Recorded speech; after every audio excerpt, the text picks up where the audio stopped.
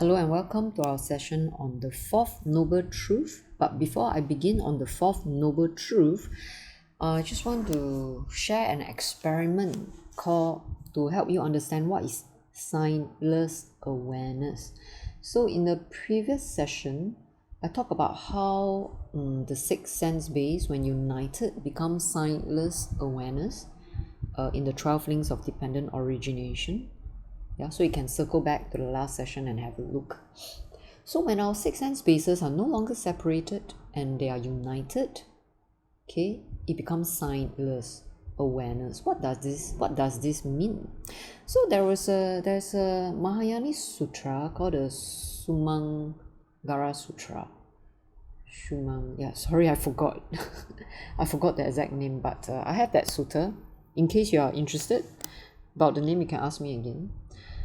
That sutra is very hard to understand, and I spent some nights reading them, contemplating them, and to the effect when I contemplated on those sutras, and when I fell asleep, I actually had lucid dream. Okay, what do I mean by lucid dream? It means that due to the work of that contemplation of that sutta, while I was dreaming, I woke up in my dream while my body was still asleep, and I realized I was dreaming. That was the power of contemplation, actually. So in that sutta, Shumangara Sutta, I think, never mind, sorry. There's this little story there, okay, where the Buddha was asking,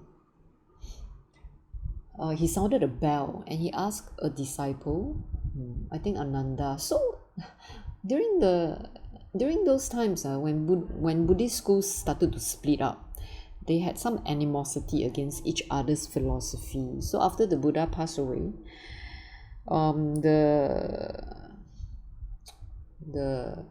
his philosophy split up into 18 schools. I'm not sure whether Theravada school is one of them, but definitely the Southern school, which is where the Theravada came from, had 18 schools of thought. One of them, they focus on the sutta, meaning whatever is said in the sutta, you shall not refute it. So obviously, there are some difficulties there. What if you remember wrongly, right? Then you cannot debate on it or you cannot contemplate on it. I don't think that's right. But there are so many numerous schools, I can't remember what they are. I think the Theravadins probably one of them, or maybe the Theravadins is an accumulation of all these 18 schools. I don't know, I can't remember. Then for the Mahayanis, there are like 4 or 5 schools, I think.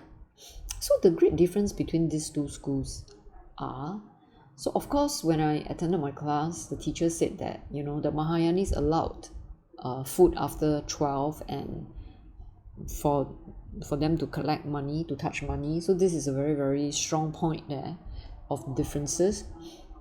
But for me, I wasn't so into the Vinaya. I was more interested in the philosophy. In the Mahayana school, they said that the practice can be in any form. You don't just have to be a monastic, because it's about daily life, daily living, whether you're a layman or you're a monastic. I mean, make no mistake about it. Even if you are a layman now, you go into the monastery, your karma is still going to follow you. Your suffering will follow you. It doesn't stop there. Okay? So if you can practice in the lay life, then you can also practice in a monastery and vice versa. But anyway, let me cut my long story short. Let's come back to this signless awareness. What is this experiment? So in that sutra, the Buddha said that so the Mahayana Sutra is not on the historical Gautama, Siddhartha. They wrote their own. Okay, they wrote their own stories to bring a point across. What point are they trying to bring across? Which is this key point. Okay, the Buddha in that story asked Ananda, right? He rang a bell. Then he asked Ananda, "Do you hear?" Ananda said, "Yes, I hear." Okay. And then the Buddha didn't ring the bell anymore. Then he asked Ananda again, "Do you hear? Do you still hear?" Then Ananda said, "No, I don't hear anything anymore." Then the Buddha said, "You silly boy, just because I didn't ring the bell, you mean you stop hearing?" And then Ananda woke up. Oh, yeah, my awareness doesn't cease. You understand? Awareness doesn't cease, whether there is sound or no sound, whether there is sight or no sight. Therefore, it carries on. It is sightless awareness. So in daily life, our identification with awareness comes with conditions. When there is bell sound, then I hear. When there's no bell sound, I don't hear. But actually, hearing doesn't stop. Okay, your ability, the body's ability to touch form doesn't stop. Your ability to see doesn't stop. Just because it seems to you they have stopped, because you're focused on the hearing awareness, hearing consciousness. Okay, so this is in refute by the Mahayanis to the Theravadins who said that you are not your sense consciousness. So it gives the impression that you're denying them. So through this story, the Mahayanis is trying to say, no, you should unite them. But obviously, in true real practice, yes, the practice is to unite them. Even in Theravadin monasteries now, you go to well-practiced monks, they will say is to unite consciousness, unite the mind. Okay? So that's all I wanted to share. Sorry for taking 5 minutes, 6 minutes for this. Okay, so awareness is actually not self. You see, when you have a self, you think, I hear. What do you hear? I hear the bell sound ringing. Then when there is no more sound, then I don't hear, man. Then I don't hear. So it becomes a self. You understand? Actually, hearing doesn't stop, whether there is a person there or not. Consciousness doesn't stop. Okay, body consciousness is lost. Awareness continues. So then you're like, what do you mean? Body consciousness lost, awareness continues. So this will be a very difficult point. But actually, awareness is always there. Okay? And body consciousness and awareness are not separate. Okay, even though they are not separate, there are different qualities about, sense-based consciousness and awareness itself, right? Okay, anyway, let's not drag on that story anymore. So we'll go to the fourth noble truth. Fourth noble truth is the path, the practice leading to the end of stress or dukkha. The path to the end of rebirth and karma. Okay, so this is Majjhima Nikaya number 9, where Shariputra was giving a lesson to the monks who were asking him questions. There might, reverence, a noble disciple who understands old age and death, their origin, their cessation, and the practice that leads to their cessation. What is their origin, their cessation, practice that leads to the cessation? What is old age? Old age is leading to decrepitude, broken teeth, grey hair, wrinkly skin, failing faculties, right? Of the various sentient beings in the various orders of sentient beings. What is death? Death is the passing away, perishing, disintegration, demise, mortality, death, disease, breaking up of the aggregates, laying rest to the corpse. So death don't just appear in a human form, it also appear in the Deva realm. Okay, Devas also pass away. So is old age, and such is old age, such is death. This is called old age and death. They originate from rebirth. Okay, so this is a very gross form of aging, death, and rebirth. Old age and death and rebirth ceases. The practice that leads to the cessation of old age and death is simply the Noble Eightfold Path. Right? So, the practice that leads to the end of illusory self. So, you get it? When you realize there's no real substantial self, even though the body ages, there's really no one aging. It's just a process of the body. However, awareness stays intact, doesn't change. This reminds me of another story from the same Mahayani Sutra. So there was I can't remember, there was a queen or the Buddha walking along the river or something like that. I'm so sorry, I can't remember the characters in there, but maybe there was a teacher that was saying this. He said when he was young, he walked past the Ganges River. When he was an adult, he also walked past the Ganges River. When he was middle-aged and an old man, he also walked past the Ganges River. Even though through this time, from youth to age, being aged, his body was decaying. He felt the body decaying, faculties decaying, but his awareness of the Ganges river never decayed. Okay, you understand? Awareness doesn't change, but the body and sense consciousness change. Okay, so the practice that leads to the end of an illusory self. So therefore, if you are identified with awareness that is sightless, that doesn't change, rather than the changing body self seeks and space and aggregates, so you change your identification, then there is truly no death. Okay, so that again, so this is a Majjhima Nikaya 44, one of my super favorite discourse in the middle length discourse. The Visakha asks Dhammadina, okay, so they were ex-husbands and wife, ma'am, they speak of the practice that leads to the cessation of substantial reality. What is the practice that leads to the cessation of substantial reality? Then she said, the practice that leads to the cessation of substantial reality that the Buddha spoke of is simply this Noble Eightfold Path. Right? So what she's saying is that this Noble Eightfold Path is what leads you to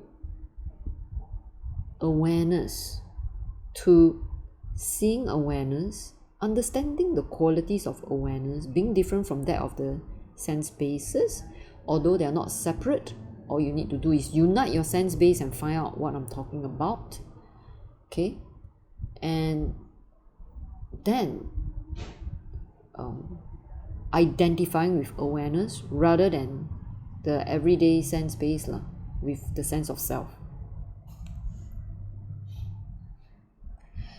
So what is the path? The fourth noble truth is the Noble Eightfold Path. It's noble because, you see, we always say nobility are the kings and the queens and the rich people, but actually true nobility is one who seeks the truth, because that one sees suffering and seeks the truth to end suffering and therefore bring peace and love and happiness to the whole world and oneself. Therefore, it's noble. Alright? So this Eightfold Path is split into 3 sections. Right? So there is wisdom, panya, morality, and concentration. Or rather, I don't like to use the word concentration. Why? Because when we are hearing a sound, we are concentrated on the sound, then the self arises. Okay, but rather this stillness and samadhi is not a narrow focus. It's a very open kind of concentration. It's not narrow focus. Okay. So in order to practice the path, you definitely need to study. You need to study. Why? Because if you don't study, how can you contemplate to gain wisdom, to have right view? Yeah, if you don't have right view, you cannot practice correctly. So if you have no right view, the way you practice morality will be about judging other people as opposed to cultivating your heart. So therefore, there needs to be contemplation. Okay, there needs to be contemplation, then cultivate the heart in daily life through your virtues, and then meditation to combine all your practices and realize awareness for yourself. Right? So the practice of morality is really to be a good friend to yourself. It's not about this is good, this is bad, and then use it to judge people. No. Alright? So in the Tibetan Buddhists, they have this pathway they call study, reflection, meditation. Exactly, right? Study, contemplate. As you contemplate, your mind is straightened, or rather your mind is on the right path, right view, or the wise view. Then you can really properly cultivate your heart with virtues and meditate. So the word right is the usual translation, but I think more accurate would be wise or harmonious view. Because when you say, I have got right view, you have got wrong view, you see, it sounds very judgy, right? Again, right back to our relative truth, isn't it? Where there's right and there's wrong. Of course, there's right view and wrong view, but when you put it like that, people tend to start quarreling. So the more middle word would be wise or harmonious. The more middle way word like peace would be harmonious view. Okay. So they are right view, right intention, right speech, right action, right livelihood, right effort, right concentration, right mindfulness. So this is the usual translation which I'm using, but I prefer to use harmonious, but it's very long to say 3 syllables harmonious, quite long. So was the Eightfold Path invented by the Buddha? Actually, no. This is what he said. He said, suppose a person was walking through a forest. They'll see an ancient path, an ancient route traveled by humans in the past. Following it along, they'll see an ancient city, an ancient capital, inhabited by humans in the past. It was lovely, complete with parks, groves, ponds, embankments. And then that person would inform a king or their minister, please sir, you should know this. While walking through a forest, I saw an ancient path, an ancient route traveled by humans in the past. With, complete with parks, groves, ponds, right? Say, sir, you should rebuild that city. Okay, this person tells the king or the minister. Then that king or their minister would have that city rebuilt. After some time, the city was successful and prosperous. Populous, full of people, attained to growth and expansion. Then the Buddha said, in the same way, I saw an ancient path, an ancient route traveled by fully awakened Buddhas in the past. And what is that ancient path? That is simply this Noble Eightfold Path. Okay? Following it along, I directly knew old age and death, their origin, their cessation, and the practice that leads to their cessation. Following it along, I directly knew rebirth, continued existence, grasping, craving, feeling, contact, the 6 sense views, name and form, consciousness. Following it along, I directly knew choices, which is karma. Karma means what? Intention, remember? To make an intention, you have to make a choice. And because our world lives in a relative truth, you have to make a choice. Okay, their origin, their cessation, and the practice that leads to their cessation. So definitely the Buddha did not invent the Eightfold Path. He found it maybe through the ether in the air, through the purity of his mind. Right, so just want to finish this slide with something again about the Tibetan Buddhists. So the Tibetan Buddhists, they have something called Dharma. I think T-E-R-M-A, if I'm not wrong, or Tamo, I can't remember.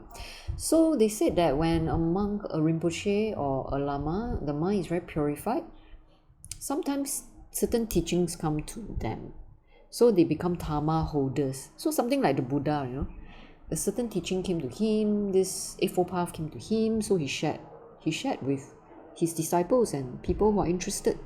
Okay?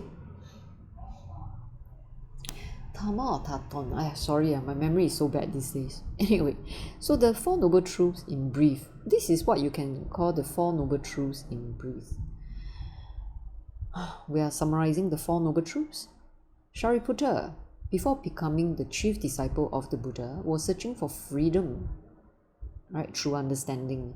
He sees Venerable Asaji, who's one of the 5 first disciples of the Buddha, going on arms round, very serene, radiant, and asks what his teacher, the Buddha, taught in brief. So Venerable Asaji said, whatever phenomena arise from cause, their cause and their cessation, such is the teaching of the Tathagata, the great contemplative. Okay, so phenomena arise from cause. What are the phenomena? Would be the first noble truth, right? The emotions, your thoughts, formation, karma that arise. These are phenomena. They arise from the cause. What's the cause? Cause is craving. Okay, and their cessation is letting go, right? That's the third noble truth. And what's the cause of letting go? It's the Noble Eightfold Path. This is the Four Noble Truths in brief. Okay. Then to Shariputra the Wanderer, as he heard this Dharma exposition, there arose dustless, stainless Dharma eye, meaning his mind's eye sees the truth. Okay, so when we say seeing the truth, it's not your eye that sees the truth, it's your realization of the truth. Whatever is subject to origination is all subject to cessation. Okay, so in this case, then you can give up the origination and rest in the cessation. Alright. So a summary, again, my own summary here to help you out of the Four Noble Truths. First, our sense-based happiness are unsatisfactory. Fixating our attention on them brings stress, contraction. Mainly, our clinging to this body, self-view, brings stress when we fixate on it. There are 5 aggregates. So, number 2, cause of sense-based experiences should be understood, not to get rid of them. Understand our experiences and the source of this contraction or stress, right? So learn dependent origination,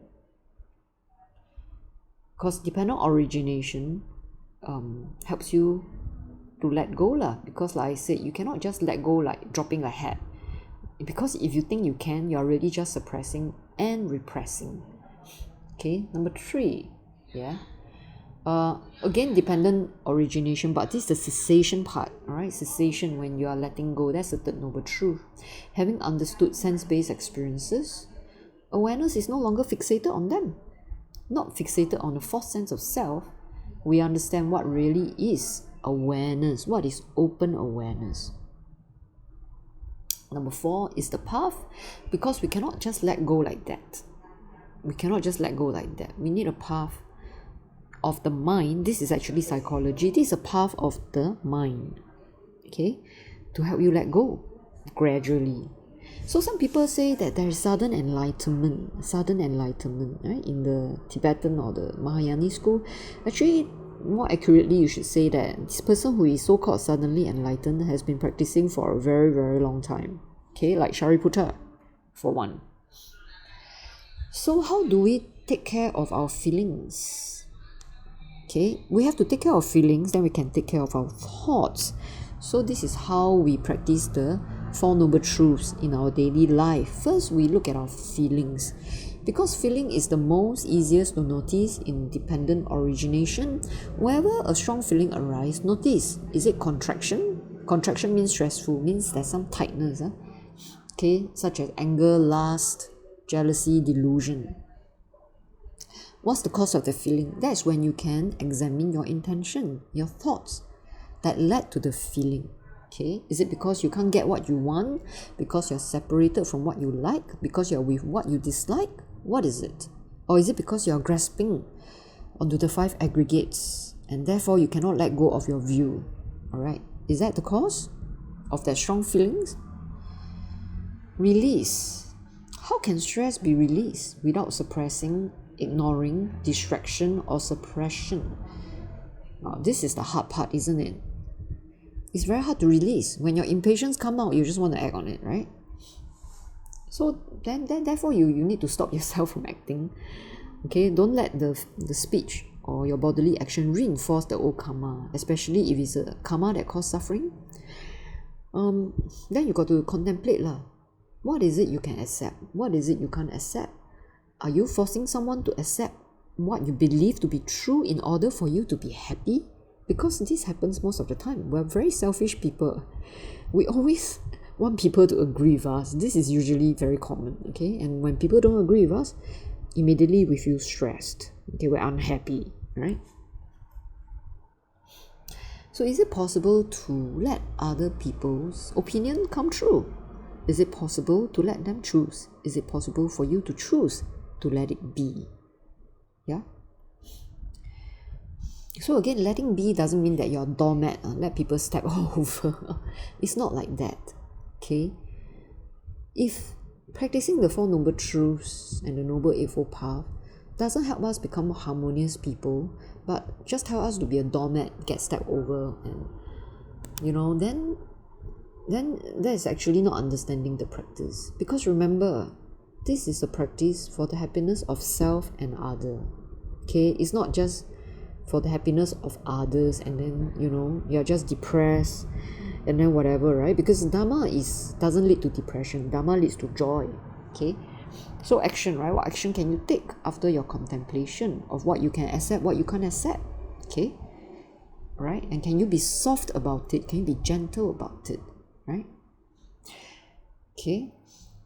We can make decisions to care for our feelings really without hurting others. It is possible. It is not impossible. So you see, the first noble truth, second noble truth, third and fourth noble truth, right? Okay, so that's all for today's session. Thank you for listening.